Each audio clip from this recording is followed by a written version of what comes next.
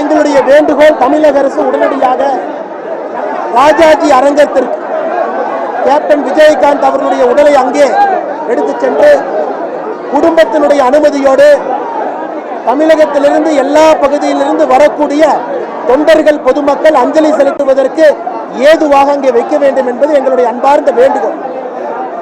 சோகமான சூழ்நிலையில நாங்கள் அனைவரும் கூட கோயம்பேட்டில் தேமுதிகவுடைய கட்சி அலுவலகத்தில் அதனுடைய நிறுவன தலைவர், தமிழக சட்டமன்றத்தினுடைய முன்னாள் எதிர்க்கட்சி தலைவர், மக்களுடைய மனதை எல்லாம் வென்ற கேப்டன் விஜயகாந்த் அவர்கள் இன்று நம்மோடு இல்லை. அலுவலகத்திலே அஞ்சலி செலுத்துவதற்காக இங்கே வந்திருக்கின்றோம். ஒரு மிகப்பெரிய மனிதன், எந்த துறையில் இருந்தாரோ அனைத்து துறையிலும் கூட முத்திரையை பதித்துவிட்டு நம்மை விட்டு பிரிந்து சென்றிருக்கின்றார். சினிமா துறையில் யாரெல்லாம் சாதிக்க முடியாது என்று சொன்னார்களோ, மாநிலம் இருப்பவர்களுக்கு இடமில்லை என்று சொன்னார்களோ, எல்லாம் உடைத்து காட்டி சினிமா துறையிலே முத்திரை பதித்து தென்னிந்தியா சினிமாவிலே முக்கிய புள்ளியாக இருந்து அதன் பிறகு தயாரிப்பாளர் சங்கம், நடிகர் சங்கம், ஒரு தயாரிப்பாளராக எல்லா துறையிலும் கூட கோலோச்சி அதன் பிறகு அரசியலுக்கு வந்து இரும் பெரும் துருவங்கள் இருந்த பொழுது மூன்றாவது ஒரு மனிதனுக்கு இடம் இருக்கிறது என்பதை நமக்கு காட்டி ஏழைகளுடைய குரலாக இருந்து கேப்டன் விஜயகாந்த் அவர்கள் நம்மோடு இல்லை.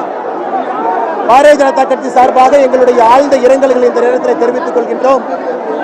நம்முடைய பாரத பிரதமர் நரேந்திர மோடி அவர்கள் தன்னுடைய இரங்கல் செய்தியை இன்று காலை முகநூல் மூலமாக பதிவு செய்திருக்கின்றார்கள்.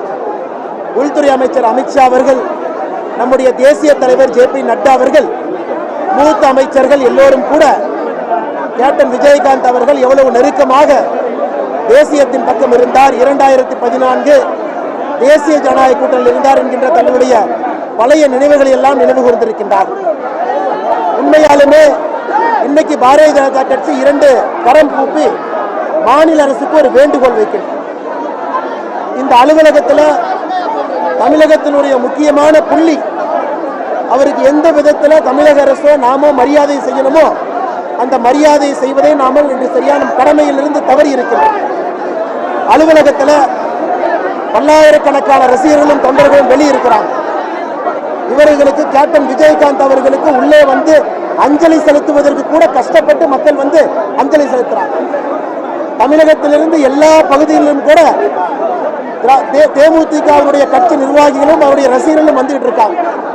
எங்களுடைய வேண்டுகோள், தமிழக அரசு உடனடியாக ராஜாஜி அரங்கத்திற்கு கேப்டன் விஜயகாந்த் அவர்களுடைய உடலை அங்கே எடுத்துச் சென்று குடும்பத்தினுடைய அனுமதியோடு தமிழகத்திலிருந்து எல்லா பகுதியிலிருந்து வரக்கூடிய தொண்டர்கள் பொதுமக்கள் அஞ்சலி செலுத்துவதற்கு ஏதுவாக அங்கே வைக்க வேண்டும் என்பது எங்களுடைய அன்பார்ந்த வேண்டுகோள்.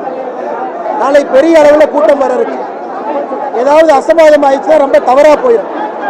நம்முடைய முதலமைச்சர் மாண்புமிகு MK ஸ்டாலின் அவர்கள் உடனடியாக இதை பரிசீலனை செய்து ராஜாஜி அரங்கத்தில் பொதுமக்களுடைய பார்வைக்கு வைப்பதற்கு அரசு முடிவெடுத்து அறிவிக்க வேண்டும்.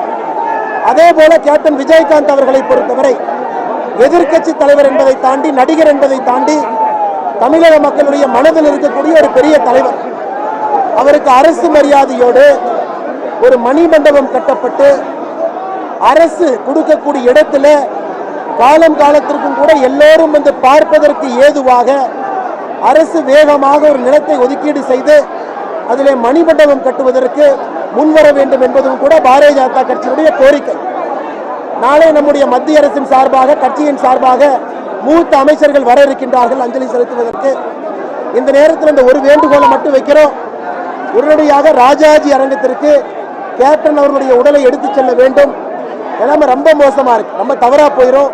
முதலமைச்சர் அவர்கள் இதை கனிவோடு பரிசீலனை செய்து நல்ல முடிவெடுப்பார்கள் என்று நாங்கள் நம்புகின்றோம்.